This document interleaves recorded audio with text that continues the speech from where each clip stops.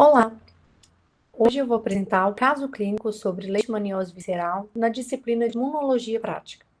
Como integrantes temos Fernanda Gonçalves Paiva de Lima Vieira, Isabela Fuso de Assis, Júlia Lemes de Medeiros Silva, Lara Silva Melo e as professoras Flávia Luara, da turma 74B.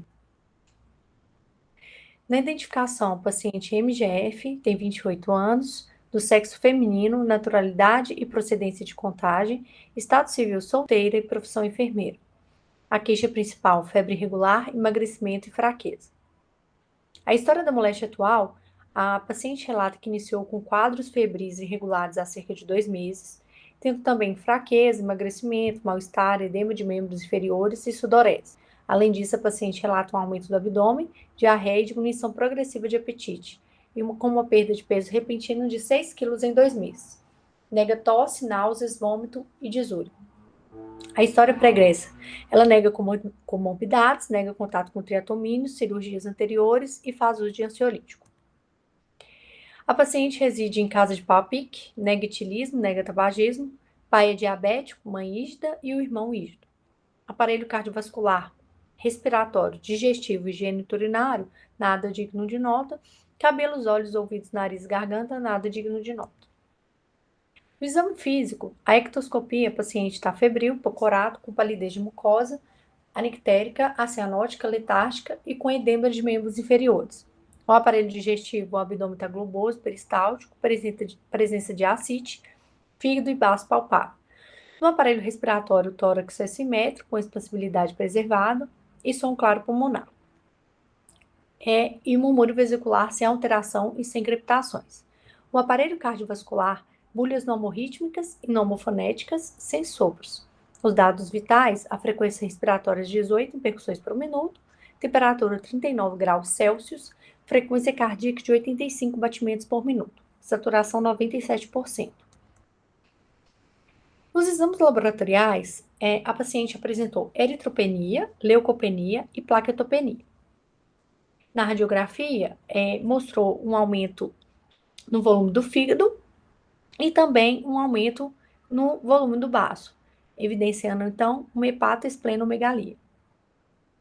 Como hipótese diagnóstica, foi colocado, com base nas sintomatologias, a malária, leishmaniose visceral e doença de Chagas.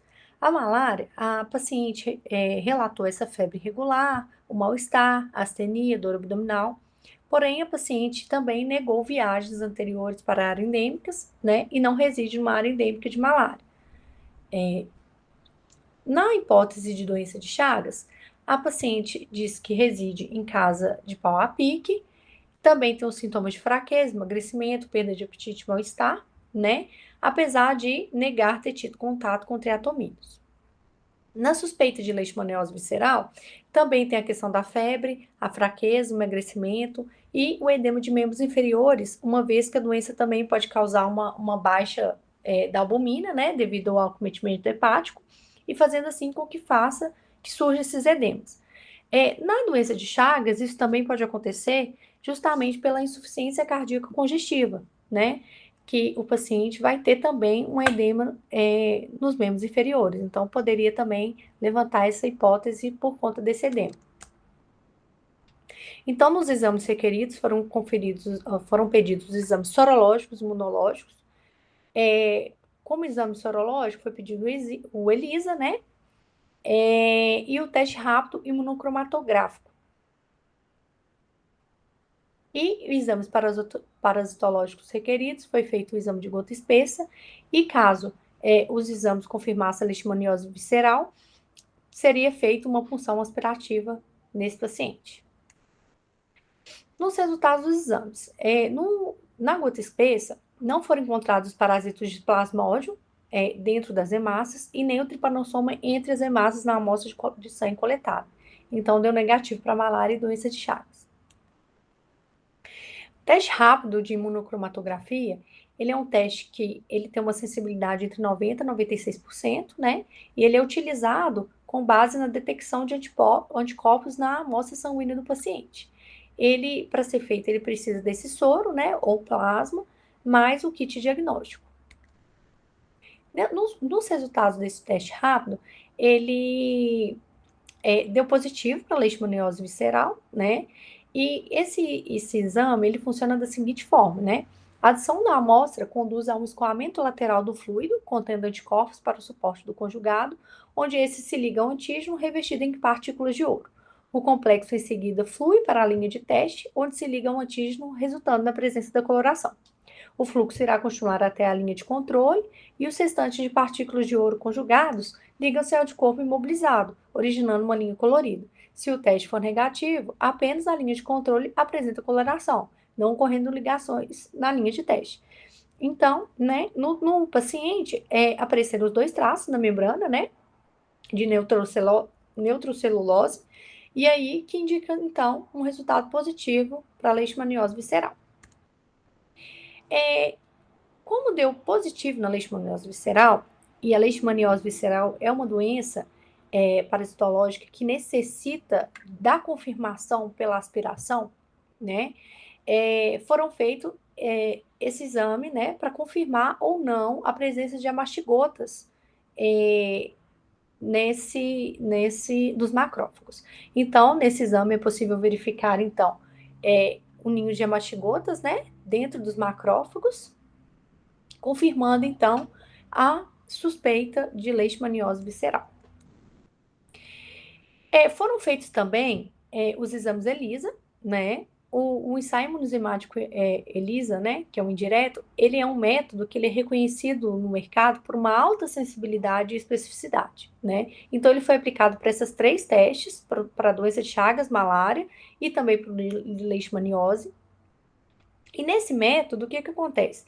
Ele é testado, né, se tem a presença de anticorpos para os patógenos que você está estudando.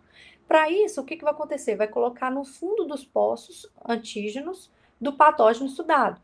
E aí, em seguida, coloca-se parte da amostra e depois um anticorpo secundário, a fim de que, se na amostra tiver um anticorpo específico do patógeno em estudo, ele vai aderir no fundo da placa, né? E também a um anticorpo secundário, de forma que esse segundo vai se reagir com o substrato cromógeno, que dá a cor, e aí, se der a cor acastanhado ou azul, vai demonstrar a positivação do teste.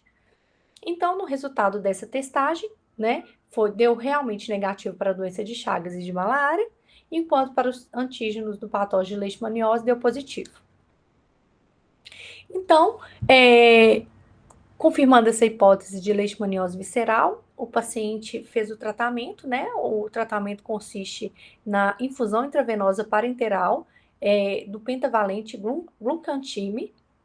E nesse paciente, né, específico, foi feito uma infusão por 20 dias consecutivos, no qual, o 5º dia, a paciente ficou afebril e em bom estado geral.